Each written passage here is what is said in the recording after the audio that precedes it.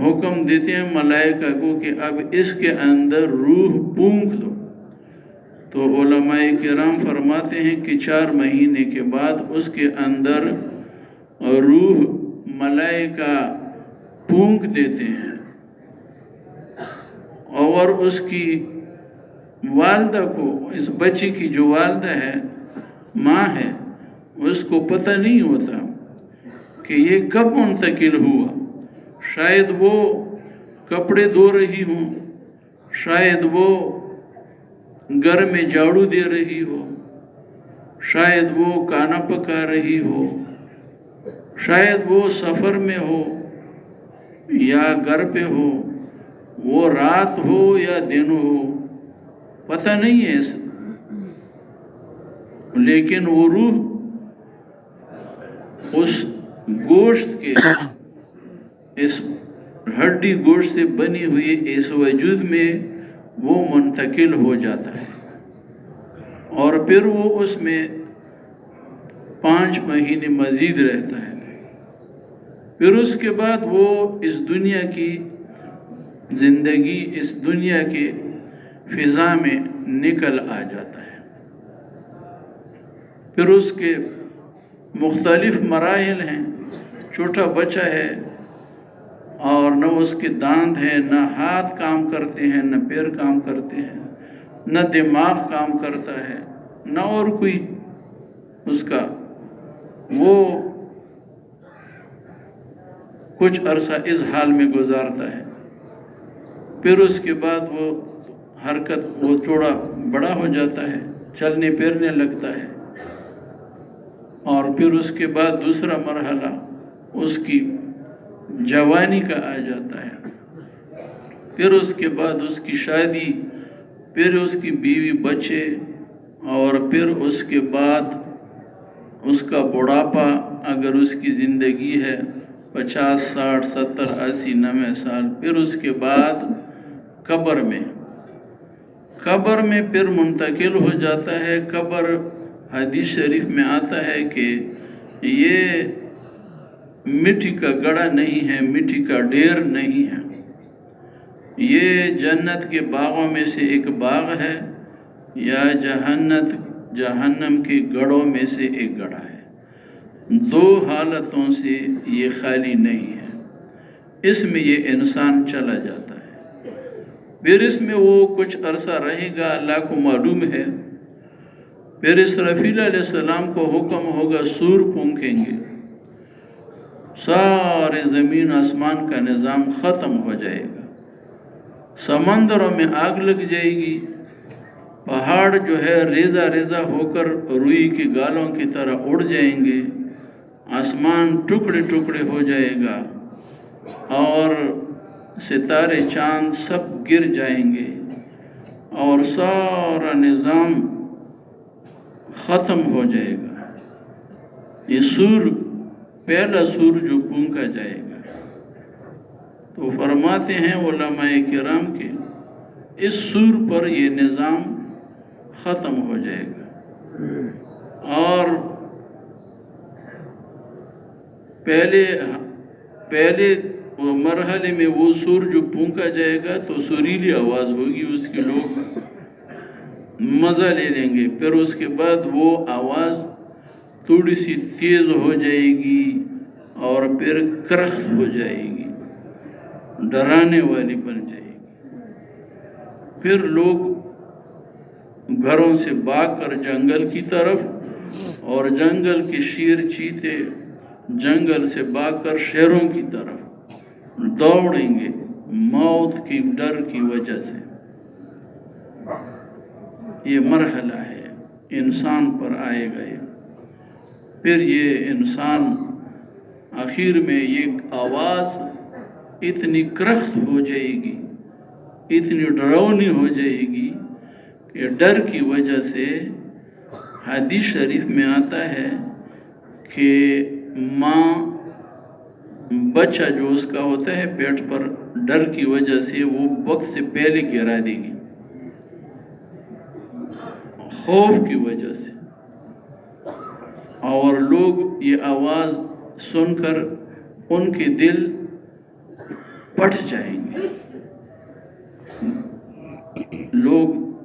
لوگوں کے دل اس کی سختی اور اس کی کرخت اور اس کی ڈر کی وجہ سے لوگوں کے دل پٹ جائیں گے اور سب مر جائیں گے. زمین پر کوئی انسان جن باقی نہیں رہے گا. ملائکہ کو بھی اسرائیل علیہ السلام کو حکم ہوگا کہ سارے ملائکہ کی روحوں کو قبض کر دو. ملائکہ کو بھی موت آ جائے گی. آخر میں 4 ملائکہ رہ جائیں گے، جبرائیل علیہ السلام، میکائیل علیہ السلام، اسرائیل علیہ السلام، اسرافیل علیہ السلام. اللہ پاک حکم کریں گے اسرائیل علیہ السلام سے کہ ان کو بھی مار دو. تو جبرائیل علیہ السلام بھی مر جائیں گے، میکائیل علیہ السلام بھی مر جائیں گے، اسرافیل علیہ السلام بھی مر جائیں گے. پھر اللہ پاک پوچھیں گے کہ کون باقی رہا؟ اسرائیل علیہ السلام عرض کریں گے اے اللہ تیری پاک ذات ہے اور ایک میں ہوں. اب روئے زمین پر کوئی زندہ آدمی نہیں رہے گا، سب ختم ہو جائے گا. پھر اللہ پاک اپنے حکم سے اسرائیل علیہ السلام کو حکم دیں گے کہ مر جا، تو بھی مر جا. کل نفس ذائقۃ الموت، اس کا واقعہ یہ ہو جائے گا. کل نفس ذائقۃ الموت، ہر نفس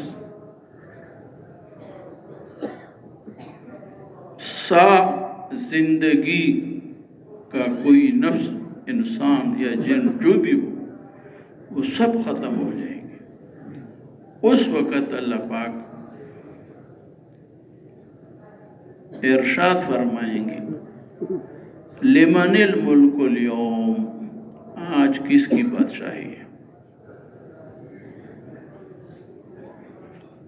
تو جواب دینے والا کوئی بھی نہیں ہوگا، سب مرے ہوئے ہیں. تو اللہ پاک پتہ نہیں کہ یہ آواز کتنے وقت فضا میں رہے گی، کتنے وقت اللہ پاک پکاریں گے لمن الملک اليوم، کس کی حکومت ہے؟ کوئی ہے دعویٰ کرنے والا؟ کوئی جواب. تو یہ زمانہ ہوگا، یہ بھی ختم ہو جائے گا. اللہ پاک فرمائیں گے للہ الواحد القہار، قہار کی حکومت ہے، بادشاہی ہے، جو تمام چیزوں پر اس کی حکومت ہے. پھر ایک زمانہ گزر جائے گا، پھر یہ انسان جیسے گھاس چارہ زمین سے اٹھتا ہے، پیدا ہوتا ہے، تو اسرافیل علیہ السلام کو اللہ پاک حکم دیں گے کہ دوبارہ سور پونک دو. سور پونکا جائے گا اور پھر یہ لوگ سارے جن و انس سب زندہ ہو جائیں گے. پھر حشر کا میدان قائم ہوگا. مقدارہ 50,000 سنہ، قرآن پاک میں آیت ہے کہ 50,000 سال کا ایک دن ہے، اس میں حساب کتاب ہوگا. یہ مرحلے ہیں، یہ سارے مرحلے انسان کے اوپر آئیں گے. 50,000 سال کے اندر پھر حساب کتاب کے بعد جنت اور دوزخ کا فیصلہ ہو جائے گا. اعمال نامے تولے جائیں گے. اس وقت ہم جو عمل کر رہے ہیں اس کی شکلیں بن جائیں گی، شکلیں بن جائیں گی. بعض کی شکلیں خوبصورت ہوں گی اور بعض اعمال کی شکلیں بدصورت ہوں گی. نیک اعمال کی شکلیں خوبصورت ہوں گی اور وہ اپنے عمل کرنے والے کو اپنے اوپر سوار کر کے اللہ کی طرف لے جائیں گے. یہ ایک مرحلہ ہے. اور برے اعمال والے لوگ جو ہے ان کے اوپر بری عمل سوار ہو جائے گی اور ان کو ہانک لے گی جہنم کی طرف. ان کو حساب کتاب کے بعد جنت اور دوزخ دو ٹھکانے ہیں رہنے کے لیے. بس اس کے بعد فیصلہ ہو جائے گا. اعمال تولے جائیں گے, اعمال پر فیصلہ ہوگا. اعمال اس وقت جو ہم کر رہے ہیں یہ اعمال تولے جائیں گے, تول ہوگی, میزان قائم ہوگا. اس میں نیکیاں اور برائیاں دائیں والے طرف میں نیکیاں ڈال دی جائیں گی, بائیں والے میں برائیاں. انسان موجود ہوگا, اپنے ترازو کو اور اس کا جو کانٹا ہے اس کو دیکھے گا. ترازو کا کانٹا کہ وہ کس طرف جا رہا ہے. اپنے اعمال کبھی نیکیاں کبھی برائیاں, کبھی نیکیاں کبھی برائیاں, پھر کانٹا ایک طرف جھک جائے گا, ایک طرف میزان کا کانٹا جھک جائے گا. فمن ثقلت موازینہ فہو فی عیشۃ راضیہ. جس کی نیکیوں کا پلہ باری ہو گیا ہمیشہ ہمیشہ وہ اس کے بارے میں اعلان ہوگا کہ فلاں کا بیٹا وہ ابدی کامیابی حاصل کر گیا, ہمیشہ کے لیے کامیاب ہو گیا. اب اس کے لیے مصیبتیں, تکلیفیں, پریشانیاں ایک ذرہ بھی نہیں ہو. ہمیشہ ہمیشہ وہ اللہ کا مہمان ہوگا اور اللہ پاک کے مہمان خانے جنت میں اس کو داخل کیا جائے گا. اور جس کی برائیوں کا پلہ باری ہو گیا تو وہ اس کے بارے میں اعلان ہوگا کہ فلاں شخص جو فلاں کا بیٹا ہے اس کی برائیوں کا پلہ باری ہو گیا اور اس کے لیے جہنم کا فیصلہ ہو گیا. جنتیوں کو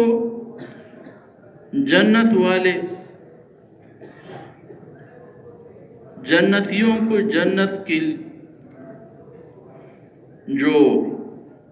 جنتیوں کا جو بدن ہے جس کے بارے میں آتا ہے احادیث میں کہ وہ آدم علیہ السلام کی قد کا ہوگا. آدم علیہ السلام 60 ہاتھ 6 اور 0 60 ہاتھ قد اس کا اونچا تھا. 7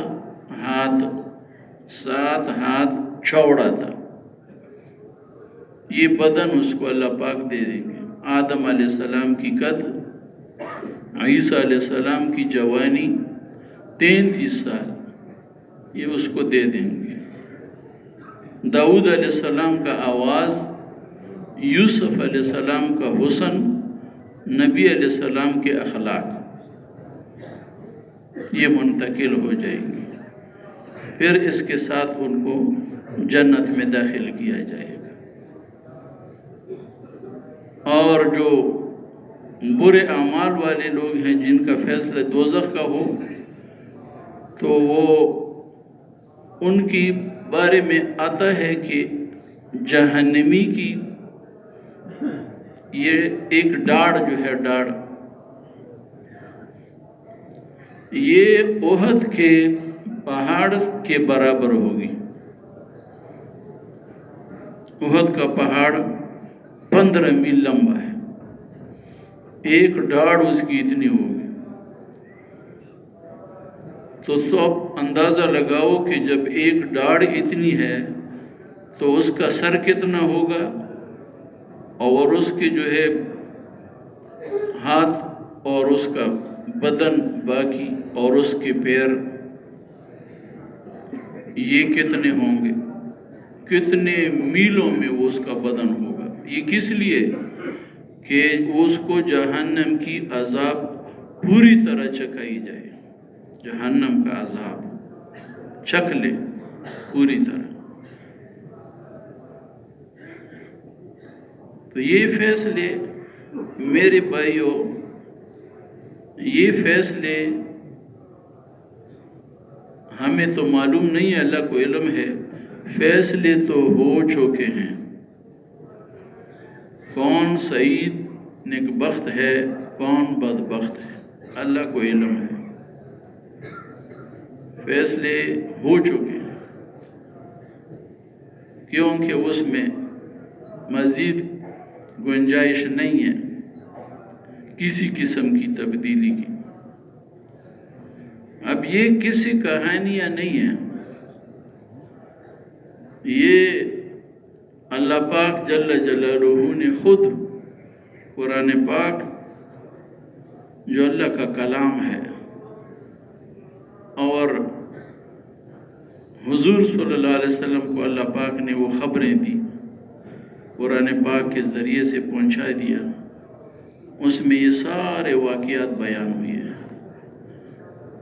تو اس زندگی، وہ شیطان ہمارا دشمن ہے، جب ہم سے مطالبہ ہوتا ہے کہ اللہ کے راستے میں نکل کر 4 مہینے لگاؤ، ملکوں کے لیے چلے جاؤ، چلا لگاؤ، روزہ لگاؤ، اپنے مقام پر مقامی کام کرو، تو ہم یہ سمجھتے ہیں کہ ہم ایک بیگار کا مطالبہ ہم سے ہو رہا ہے، ایک بیگار کا مطالبہ۔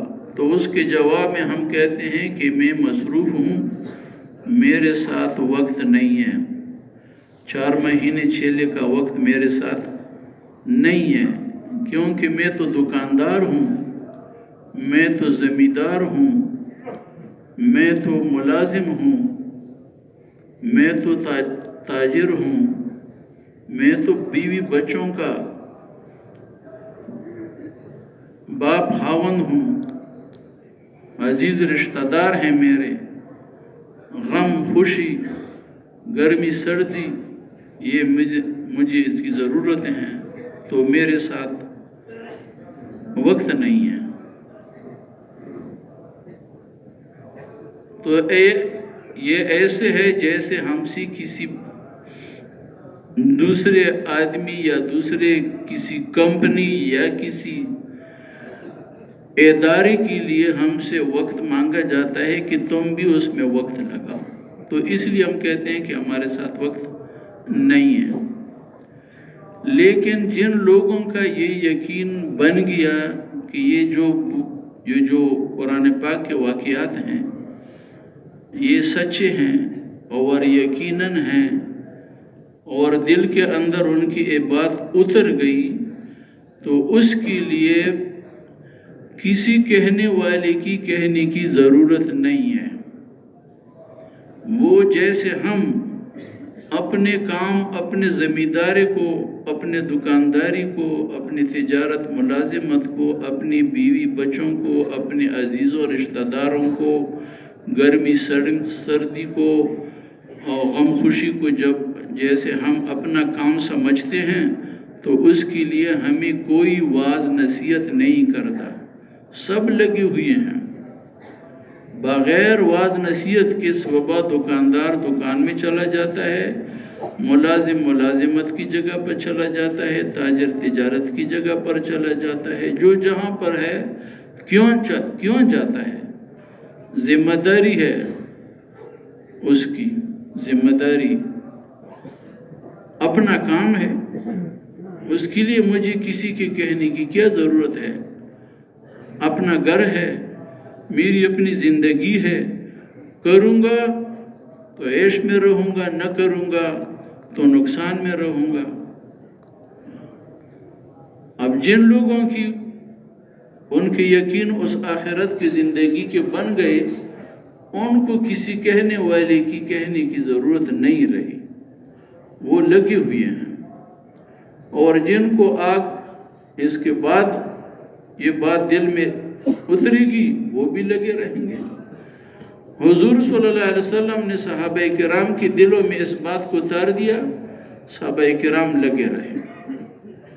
ان کے لیے کوئی چیز، کوئی حال، کوئی موسم رکاوٹ نہیں تھا، اپنا کام تھا، جہاں جہاں پر وہ پہنچ سکتے تھے پہنچ گئے، اپنا کام تھا، کسی پر احسان نہیں جتایا، کسی کے اوپر، اپنا کام ہے۔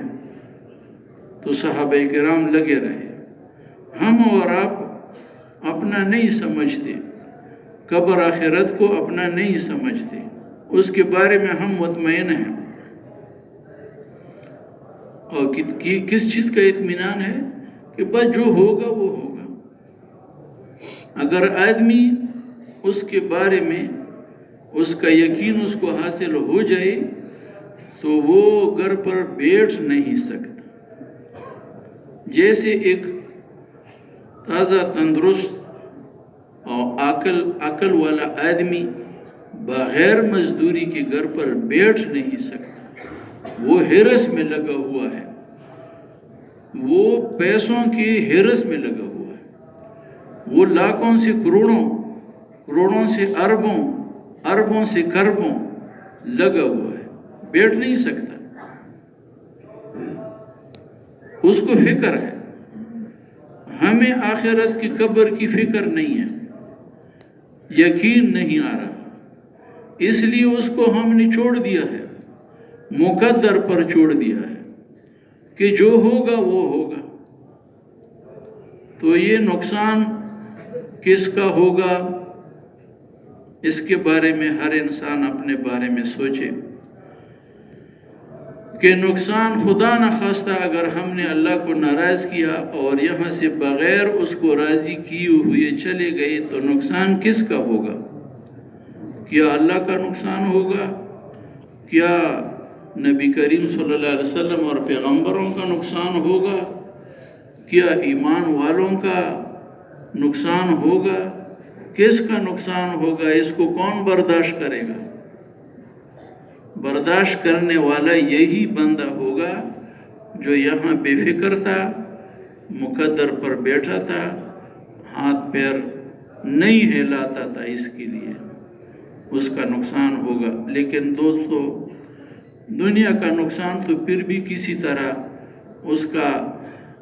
اس کی مرہم پٹی ہو سکتی ہے، آخرت کے بارے میں جو نقصان ہو جائے پھر اس کا ازالہ نہیں ہو سکتا، پھر ازالہ اس کا نہیں ہو سکتا۔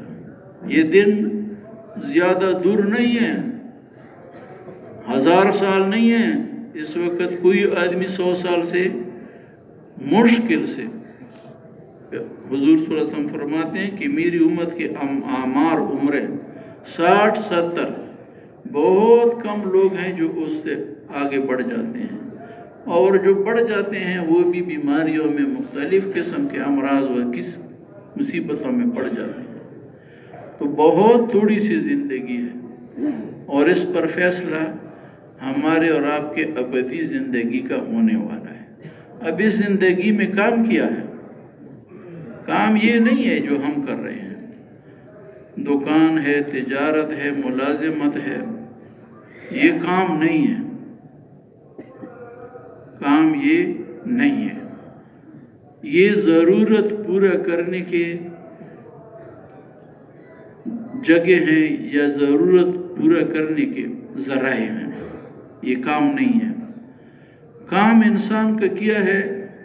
کام انسان کا نبیوں کا جو کام تھا وہ نبیوں نے اپنی امتوں کو بتایا، اور آخر میں حضرت محمد صلی اللہ علیہ وسلم نے اپنی امت کو کام بتایا، کام کیا ہے۔ کام یہ ہے کہ آدمی خود اللہ کی ذات کے ساتھ تعلق بنائے، اپنے خالق اور مالک کو پہچانے، اور اس کے ساتھ اس کا 24 گھنٹے رابطہ ہو، دن رات اس کو دیکھ کر چلے، اسی کی منشا وہ پہچانے اور اس کو دیکھ کر چلے۔ اور پھر دوسرا کام یہ ہے کہ وہ عالم کے انسانوں کو، چونکہ ختم نبوت کی وجہ سے یہ کام امت کے سپرد ہو گیا، تو اس وجہ سے اس امتی کلمہ گو کے ذمہ دوسرا کام یہ ہے کہ پورے عالم کے اندر پھر کر سارے عالم کے انسانوں کو، جو اس وقت تقریباً حساب لگانے والوں نے لگایا ہے حساب، 8 ارب لوگ آدم علیہ السلام کی اولاد اس زمین پر آباد ہے، 8 ارب 800 کروڑ لوگ رہتے ہیں۔ ان میں سے یہ 2 ارب یا 1.5 ارب کلمہ پڑھنے والے، جن کو اللہ پاک نے بہترین امت قرار دیا، کنتم خیر امت اخرجت للناس، اے کلمہ پڑھنے والو تم بہترین امت ہو، اخرجت للناس ہو، تم لوگوں کے لیے پیدا کیے گئے ہو، تأمرون بالمعروف، تم نیکیوں کی طرف بلانے والے، وتنہون عن المنکر، اور برائیوں سے منع کرنے والے، یہ کام ہے۔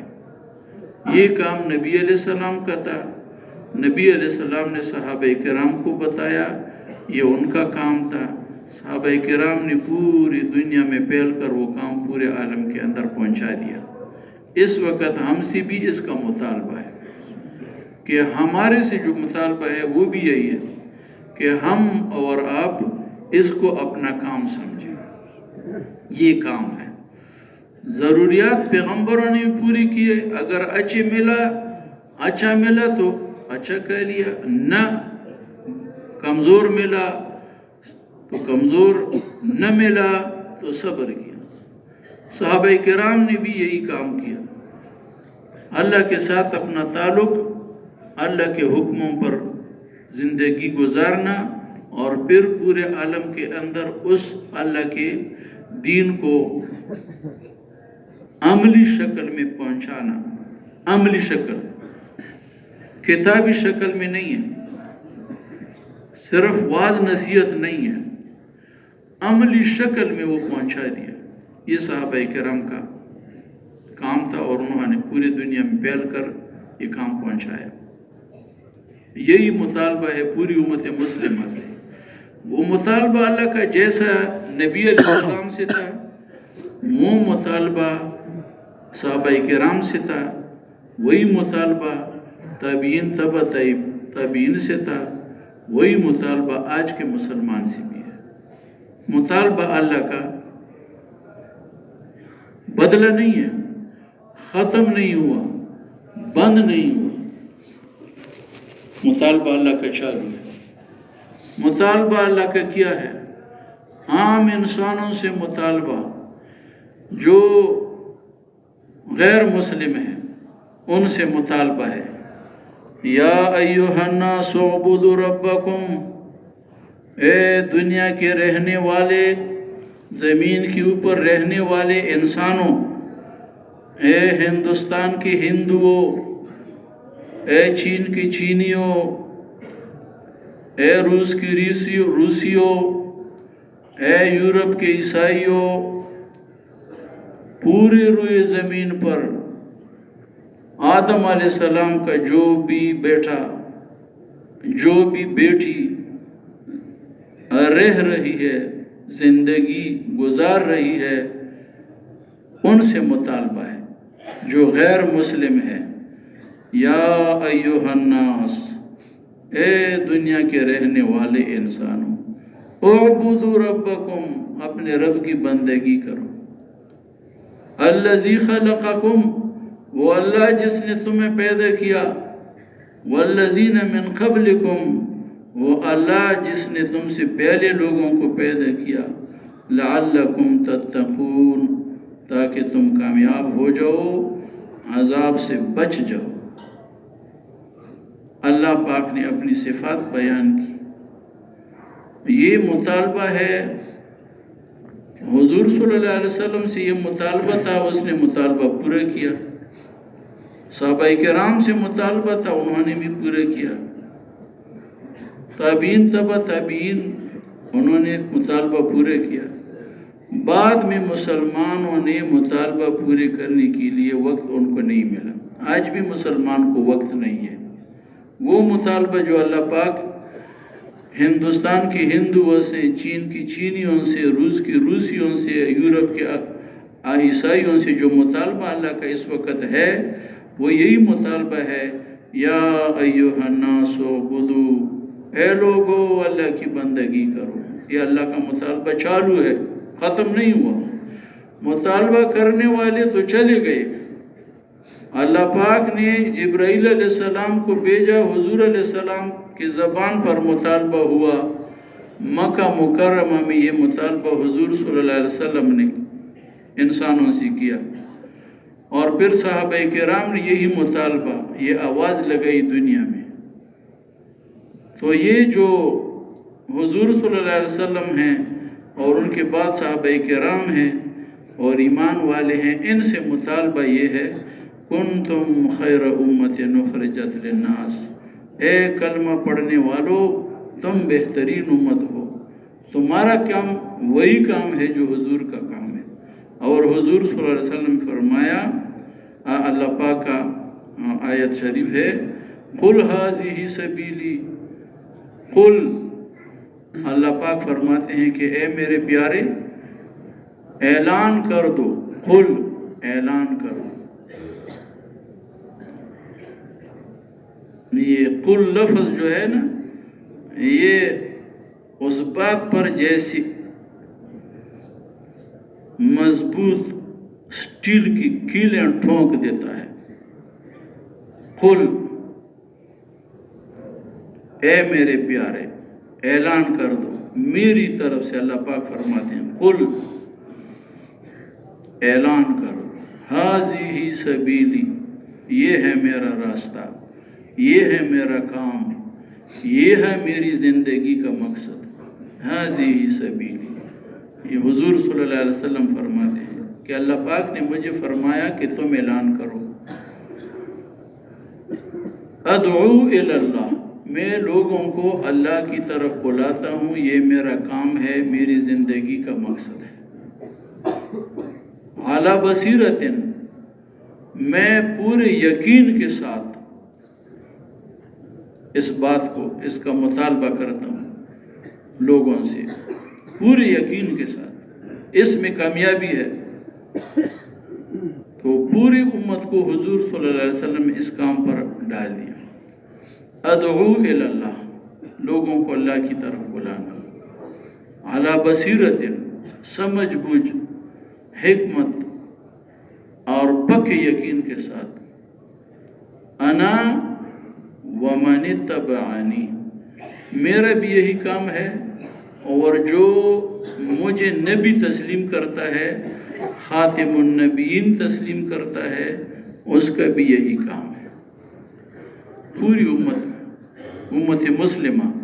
تو اب امت مسلمہ کی یہ ذمہ داری ہے کہ یہ آواز جو حضور صلی اللہ علیہ وسلم نے آواز لگایا، وہ آواز صحابہ کرام نے لگایا، وہ آواز تابعین تبع تابعین نے کیا آواز لگایا، یا ایھا الناس، اے لوگو، اعبدوا ربکم۔